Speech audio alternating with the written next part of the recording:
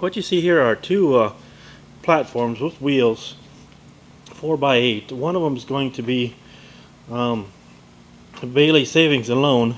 The back of it I've painted gray to eventually accept the front facade painting of the downstairs entrance to this Bailey Savings and Loan. So it's pretty much just put together and waiting for me to project the image on it that I've designed on the computer. This one, this backside again is painted gray to accept the bank facade. Same thing that I'll project on there and paint once we get to that point.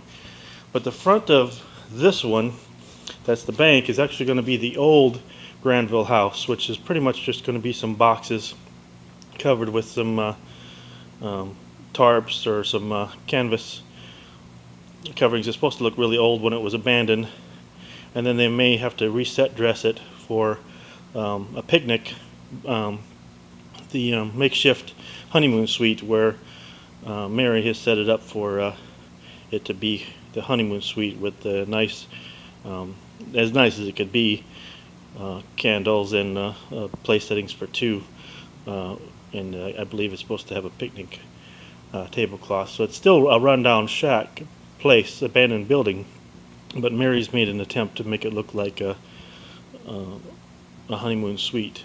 So that should be pretty easy, just making the walls look a little rough, but not too bad. This side here, what I've done is I've put the plywood up on top, or the luan on top, and I'm probably going to put some kind of shelves on the bottom so I don't have to put a piece of luan there.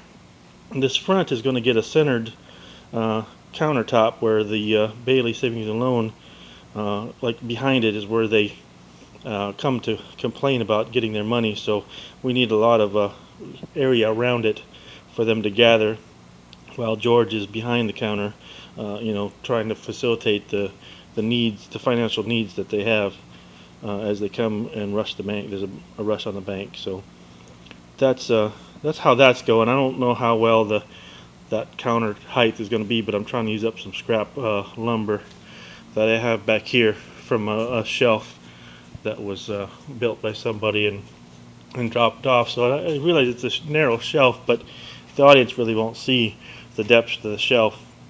But I will try to fake it as much as I can so they both have room to put stuff on the shelves, because I kind of like to put a model of the house on top, but still leave enough room for them to walk around, because the counter will be really narrow too.